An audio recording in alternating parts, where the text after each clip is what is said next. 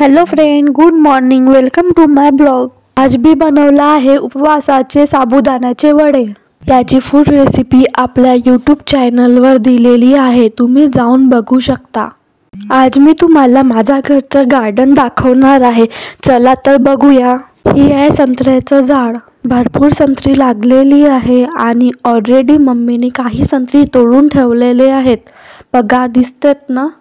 ही आहे हळदीचं झाड. बाहेर अशी पानं दिसत नाही, पण जमिनीच्या आतमध्ये भरपूर हळदी लागलेली असते.